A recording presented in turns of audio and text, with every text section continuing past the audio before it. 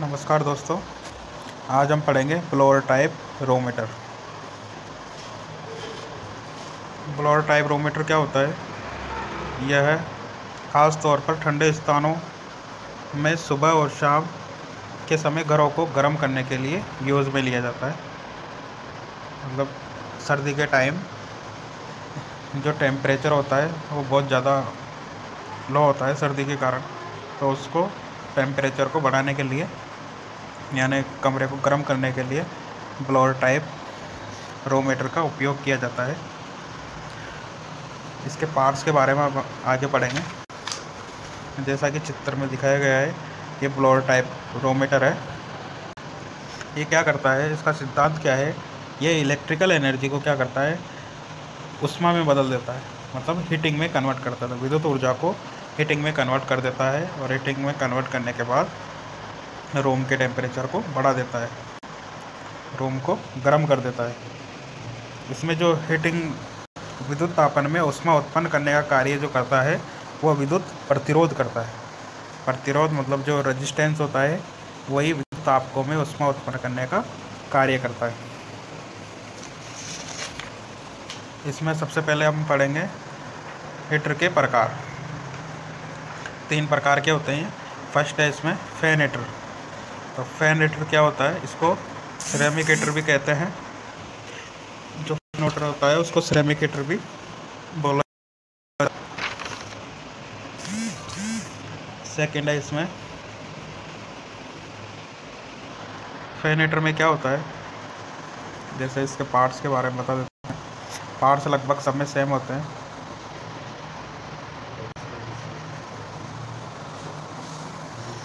इसमें ये क्या होती है, ये हीटिंग एलिमेंट होता है पूरा। यहाँ से अब जब हम विद्युत सप्लाई देते हैं, इसको 230 वोल्ट या 250 वोल्ट एसी सप्लाई देते हैं। यहाँ से एसी सप्लाई जाएगी इसमें। ये सबसे पहले जाएगी थर्मोस्टेट में।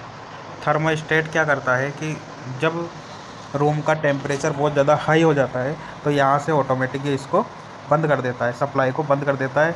जैसे लो टेम्परेचर होता है तो वापस इसको ऑटोमेटिक ऑन कर देता है यहाँ से। इसके बाद ये सप्लाई जाएगी थर्मल प्रोटेक्शन में। ये प्रोटेक्शन का काम करता है पूरा। अंदर अगर कोई फॉल्ट वोल्ट होता है तो ये प्रोटेक्शन का काम करता है। ये प्रोटेक्शन के साथ ही ये ओवरलोड स्विच लगा हुआ है। ये स्विच है।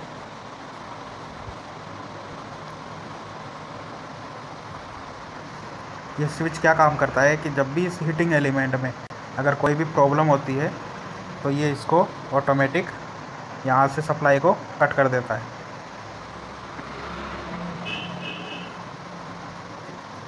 ये पूरा हीटिंग एलिमेंट है, जो सप्लाई से पूरा हीटिंग एलिमेंट गर्म होता है। गर्म होने के बाद ये यहाँ पे एक मोटर लगी होती है।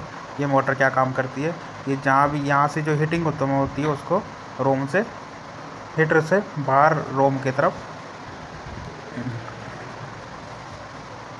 निकालती है। जो हीटिंग होती है उसको रूम के बाहर निकालती है और कमरे का टेम्परेचर हाई हो जाता है। इसमें ये एक यहाँ पे रेड लाइट लगी होती है। रेड लाइट क्या काम करती है यहाँ पे, ये जो ये होती है, ये रेड लाइट होती है, जिससे हमें पता रहता है कि जो हीटिंग एलिमेंट है वो प्रॉपर मतलब हीटिंग एलिमेंट में सप्लाई जा रही है।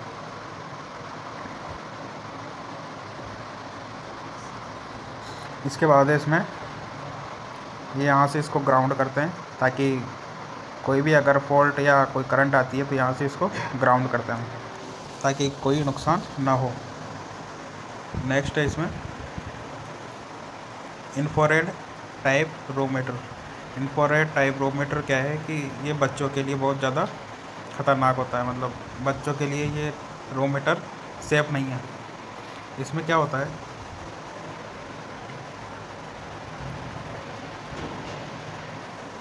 यहाँ पे ये ब्लेडें लगी होती है। ये पूरी ब्लेडें लगी होती है, हीटिंग एलिमेंट रहते हैं यहाँ पे। तो इसके कारण यहाँ पे क्या ही बहुत ज़्यादा गर्म होती है। तो बच्चों के लिए डेंजर इसलिए क्योंकि बच्चे इसको हाथ नहीं लगा ले, क्योंकि यहाँ पे जो इसका टेम्परेचर रहता है वो बहुत ज़्यादा हाई रहता है। यहाँ पे स्विच रहता है, इसमें इसको ऑन ऑफ करने के लिए ये स्विच रहता है और यहाँ से ये हीटिंग टेम्परेचर को कम या ज़्यादा कम कर सकते हैं।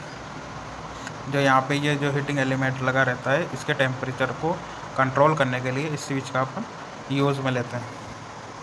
नेक्स्ट है इसमें ऑयल फिल्ड रो मीटर। ऑयल फिल्ड रो मीटर क्या होता है,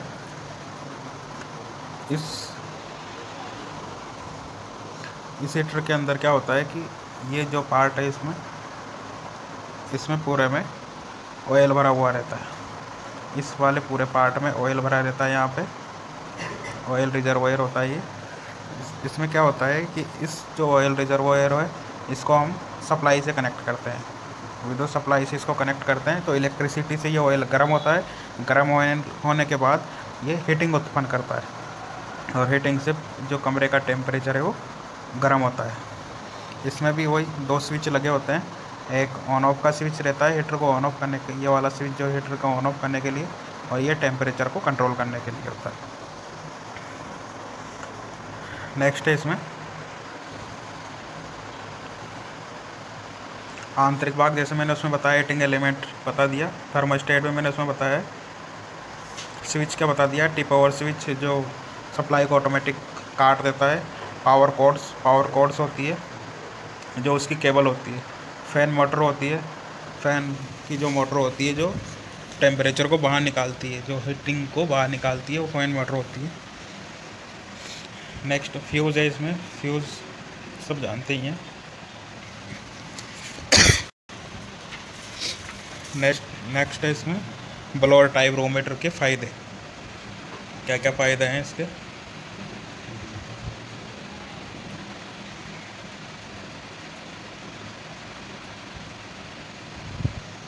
फर्स्ट है इसमें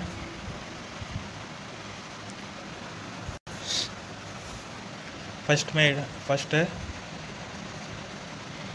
ये हीटर दूसरे प्रकार के रो मीटर की तुलना में सस्ते होते हैं तथा बिजली की खपत भी कम होती है। सेकेंड है इसमें पंखे का उपयोग किया जाता है जिससे ये आसानी से कमरे को गर्म कर देता है। थर्ड है इसमें जल्दी ही रूम को गर्म कर देते हैं अन्य रो मीटर की तुलना में। इसमें सेफ्टी स्विच होता है जो इसे गिरने या तिरछे हो जाने में बंद कर देते हैं। यह लगभग 2 से 3 हज़ार रुपये में खरीदा जाता है और घरेलू रूम हीटर पोर्टेबल होते हैं, इनको कहीं पे भी उठा के ले जा सकते हैं।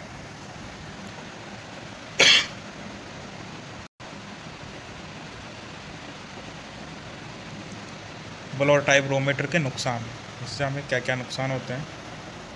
तो जैसे फर्स्ट है इसमें रो मीटर की वजह से आग लगने की घटना हो सकती है। यह ऑक्सीजन को जलाकर हवा में नमी की मात्रा को कम कर देता है जिससे घुटन हो सकती है, आंखों में जलन भी हो सकती है, स्वास्थ्य से संबंधित समस्याएं भी हो सकती है। बच्चों की सुरक्षा का भी खतरा रहता है इसमें। त्वचा की समस्या, आंखों में खुजलाहट जैसी समस्या होती है तथा नाक में खून निकलने की समस्या भी हो सकती है। नेक्स्ट है इसमें हीटर का उपयोग करते समय हमें किन किन बातों का ध्यान रखना चाहिए।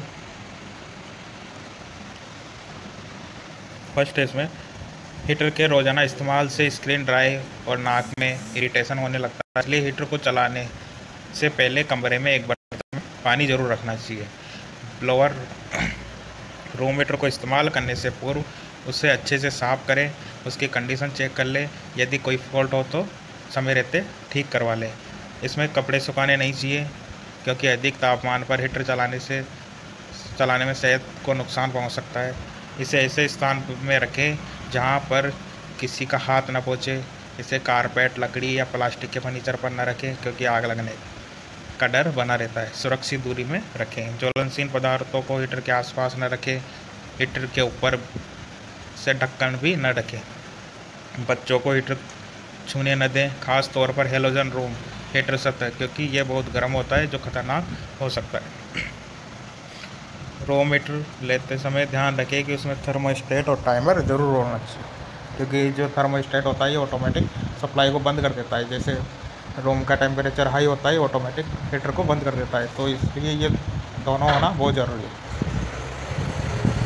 रो मीटर को दरवाजे से बिल्कुल पास या आने जाने वाली जगह पर के पास न रखें। नेक्स्ट है इसमें ख़रीदते समय किन बातों का ध्यान रखना चाहिए हमें। रो मीटर ख़रीदते समय किन किन बातों का ध्यान रखना चाहिए। फर्स्ट है इसमें घरों में बच्चे हों तो रेडिएंट हेलोजन टाइप रो मीटर ना खरीदें, क्योंकि जो ये होता है ये हीटर बहुत ज़्यादा हीटिंग एलिमेंट लाल हो जाता है जो ख़तरनाक है। और ब्लोअर टाइप रो मीटर बच्चों के अनुसार अच्छा होता है। बड़े रूम के लिए ऑयल फील्ड हीटर ही अच्छा होता है, लेकिन ये महंगा होता है। बिजली की खपत वोट की क्षमता से पहचान होती है, जितने ज़्यादा वोट का हीटर होगा उतनी ज़्यादा बिजली की खपत होगी। सुरक्षा की दृष्टि से room heater thermostat, timer, tip over switch, cutout आदि आवश्यक रूप से होना चाहिए। हीटर कॉर्ड 3 फीट लंबी और आवश्यक होनी चाहिए। जो उसकी केबल होती है वो लगभग 3 फीट लंबी होनी चाहिए, ताकि उसको आवश्यक दूरी पर रखा जा सके। घर में सॉकेट सामान्यतः 5 एम्पियर के होते हैं, किंतु जो हीटर होता है यह हाई ज़्यादा वोट का होता है, इसलिए इसको पावर सॉकेट में ही लगाएं। जो 15 एम्पियर के होते हैं उससे इसको लगाएं। इनकी कीमत जो होती है वो 1000 रुपये से लेके 15,000 रुपये तक होती है। नेक्स्ट है इसमें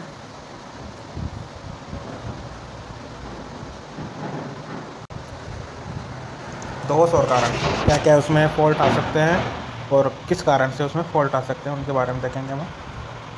फर्स्ट है इसमें शोर कर रहा है हीटर। अगर ज़्यादा शोर कर रहा है तो क्यों कर रहा है? या तो ख़राब रिले ख़राब हो गई है, ट्रांसफार्मर में खराबी है, ब्लोअर मोटर का ख़राब हो जाना, या हीटिंग कोयल का टूट जाना। नेक्स्ट है इसमें रूम हीटर गर्म हवा नहीं दे रहा है, तो क्यों नहीं दे रहा है? इसमें क्या क्या कारण हो सकते हैं उसके?